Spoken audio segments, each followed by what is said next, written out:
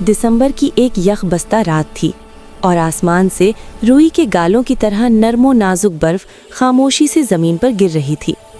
पूरा गांव क्रिसमस की आमद की खुशी में जगमगा रहा था। हर घर की खिड़की से सुनहरी रोशनी और कहकहों की आवाज़ें आ रही थीं और हवा में ताज़ा केक और भुने हुए गोश्त की खुशबू रची हुई थी। लेकिन इस जश्न और रोशनियों से दूर गांव के आखिरी सिरे पर, जहां जंगल शुरू होता था, एक टूटी फूटी झोपड़ी में 7 साला ऐना रहती थी। ऐना एक यतीम बच्ची थी जिसके पास ना तो पहनने को गर्म कोट था और ना ही पैरों में मुनासिब जूते।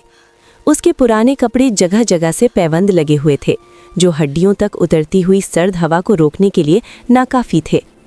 उस शाम भी ऐना अपनी आदत के मुताबिक जंगल से चुनी हुई लकड़ियां बेचने के लिए बाजार में खड़ी थी। उसके नन्हे हाथ सर्दी से नीले पड़ चुके थे और उसकी आवाज़ कांप रही थी।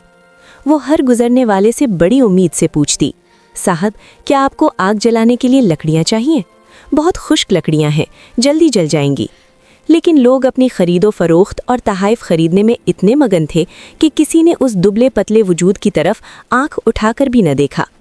अमीर खवातीन अपने महंगे फर कोट में लिपटी हुई, हाथों में रंग बिरंगे तोहफे थामे उसके पास से गुजर जाती और बच्चे अपने वालिदैन का हाथ थामे खिलौनों की दुकानों की तरफ भाग रहे होते। घंटे गुजरते गए, बाजार की रोशनियां मद्धम होने लगीं और दुकानें बंद होने लगीं, मगर ऐना की एक भी लकड़ी न बिकी। भूख और मायूसी से उसकी आंखों में आंसू तैरने लगे, लेकिन उसने उन्हें बहने न दिया, क्योंकि वो जानती थी कि आंसू उसे गर्म नहीं रख सकते। आखिरकार थक हार कर उसने लकड़ियों का गट्ठा अपने कमज़ोर कंधों पर उठाया और बोझल कदमों के साथ जंगल की तरफ चल पड़ी। रात गहरी हो चुकी थी और बर्फबारी तेज़ हो गई थी। जब वो जंगल के किनारे पहुंची तो उसे एक दरख्त के नीचे किसी के कराहने की आवाज़ सुनाई दी। वो डरते डरते आगे बढ़ी तो देखा कि एक इंतहाई बूढ़ा आदमी, जिसकी सफ़ेद दाढ़ी उसके सीने तक आ रही थी, बर्फ़ में सिकड़ा बैठा काँप रहा था। उसके कपड़े ऐना के कपड़ों से भी ज़्यादा पुराने और फटे हुए थे। बूढ़े की हालत देखकर ऐना का दिल भर आया। वो जानती थी कि अगर इस बूढ़े को गर्मी ना मिली तो ये सुबह तक जिंदा नहीं बचेगा। ऐना ने एक लम्हा सोचे बगैर अपनी वो लकड़ियाँ, जिन्हें बेचकर वो अपने लिए खाना खरीदना चाहती थी, ज़मीन पर रखीं और उन्हें तरतीब देकर आग जलाने की कोशिश करने लगी। उसने अपनी जेब से माचिस की आखिरी तीली निकाली और बड़ी एहतियात से आग रोशन की। जैसे ही आग के शोले बुलंद हुए, बूढ़े आदमी के चेहरे पर सुकून आ गया। वो आग के करीब हुआ और अपने ठंडे हाथ सेंकने लगा। ऐना वहीं उसके पास बैठ गई। जब आग की तपिश ने बूढ़े को कुछ होश दिलाया तो उसने कमज़ोर आवाज़ में कहा, बेटी, मुझे बहुत भूख लगी है, क्या तुम्हारे पास कुछ खाने को है? ऐना के पास सिर्फ एक सूखी हुई रोटी का टुकड़ा था जो उसने कल से संभाल कर रखा था ताकि आज रात खा सके।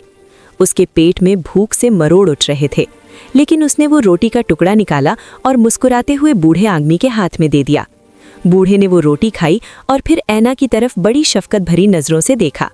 उसकी आंखों में एक अजीब सी चमक थी जो आम इंसानों की आंखों में नहीं होती। कुछ देर बाद जब आग बुझने लगी तो बूढ़ा आदमी उठ खड़ा हुआ। उसने अपनी जेब से सनोबर मनी पाइन का एक छोटा सा सूखा हुआ पौधा निकाला जिस पर एक भी पत्ता नहीं था। ये महज एक खुश्क टहनी लग रही थी। बूढ़े ने वो टहनी ऐना को देते हुए कहा, बेटी, मेरे पास तुम्हें देने के लिए दौलत नहीं है, लेकिन ये एक बहुत ख़ास पौधा है। तुमने आज अपना सब कुछ एक अजनबी के लिए कुर्बान कर दिया, इसलिए ये कुदरत का तोहफा है। इसे अपने घर के सहन में लगा देना और सच्चे दिल से दुआ मांगना।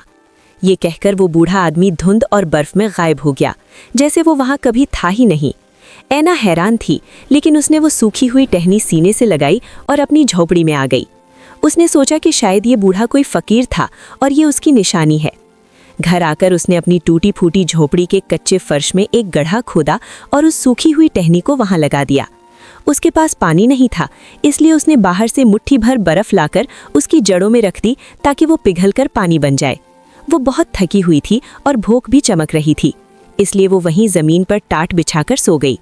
नींद में भी उसे खाने और गर्म कपड़ों के ख्वाब आ रहे थे। आधी रात का वक्त था जब क्रिसमस शुरू हो चुकी थी। अचानक ऐना की झोपड़ी में एक मध्यम सी सरसराहट हुई। वो सूखी हुई टहनी जिसे ऐना ने लगाया था अचानक हिलने लगी। उसकी जड़ें ज़मीन में फैलने लगी और देखते ही देखते वो टहनी बड़ी होने लगी। एक सब्ज रंग का खूबसूरत तना ऊपर की ओर उठा। लम्हों में वो एक अजीमुशान क्रिसमस ट्री बन गया। लेकिन ये कोई आम दरख्त नहीं था, उसके पत्ते जुमरुद की तरह चमक रहे थे। अचानक दरख्त की शाखों पर जादुई फूल खिलने लगे जो रोशनी के बल्बों की तरह जगमगा रहे थे। जहाँ जहाँ लकड़ी खुश्क थी वहाँ वहाँ से सोने के सिक्के और हीरों के जेवरात लटक रहे थे। सबसे ऊपर दरख्त की चोटी पर एक बहुत बड़ा सितारा नुमदार हुआ, जिसकी रोशनी इतनी तेज थी कि उसने पूरी झोंपड़ी को दिन की तरह रोशन कर दिया। रोशनी की तेजी से ऐना की आंख खुल गई। वो हड़बड़ाकर उठी और सामने का मंजर देखकर उसकी चीख निकलते निकलते रह गई। उसकी टूटी फूटी झोंपड़ी अब एक खूबसूरत, गर्म और आरामदेह कमरे में बदल चुकी थी। फर्श पर कीमती कालीन बिछा हुआ था और कोने में रखी अंगीठी में आग खुद ब खुद जल रही थी। लेकिन सबसे हैरान कुन वो दरख्त था जो छत को छू रहा था और उस पर खिलौने, गर्म कपड़े, फल और मिठाइयाँ लटक रही थीं। ऐना को यकीन नहीं आ रहा था। उसने अपने बाजू पर चुटकी काटी कि कहीं वो ख्वाब तो नहीं देख रही। वो डरते डरते दरख्त के करीब गई। उसने एक शाख को छुआ तो वहाँ से एक गर्म ऊनी रख्त कोट उसके हाथों में आ गया। उसने जल्दी से वो कोट पहन लिया। वो उसके नाप का ही था। फिर उसने देखा कि दरख्त के नीचे गर्म खाने की देगचियाँ रखी थीं जिनमें से भाप उठ रही थी। ऐना ने पेट भरकर खाना खाया और अल्लाह का शुक्र अदा किया। वो समझ गई कि वो बूढ़ा आदमी कोई आम इंसान नहीं था, बल्कि एक फरिश्ता या क्रिसमस का जादूगर था जो उसका इम्तिहान लेने आया था। अगली सुबह जब सूरज निकला तो गांव के लोग ये देखकर हैरान रह गए कि जहां कल तक एक टूटी फूटी झोंपड़ी थी, वहां अब एक खूबसूरत लकड़ी का घर खड़ा है, जिसके अंदर से एक सुनहरी दरख्त की रोशनी खिड़कियों से बाहर आ रही है। ऐना बाहर निकली। अब वो किसी शहजादी से कम नहीं लग रही थी, लेकिन ऐना ने अपनी गुर्बत को भुलाया नहीं था। उसने दरख्त से उतरने वाले तोहफे, मिठाइयाँ और सोने के सिक्के अपनी झोली में भरे और गांव के सभी गरीब बच्चों और ज़रूरतमंदों में बांट दिए। उसने सबको बताया कि जब हम बिना किसी गर्ज के नेकी करते हैं तो कुदरत हमें ऐसे इनाम देती है जिसका हम तसव्वुर भी नहीं कर सकते। और यूं इस सर्द और उदास रात के बाद ऐना की जिंदगी हमेशा के लिए बदल गई और वो क्रिसमस उस गांव की तारीख का सबसे यादगार क्रिसमस बन गया।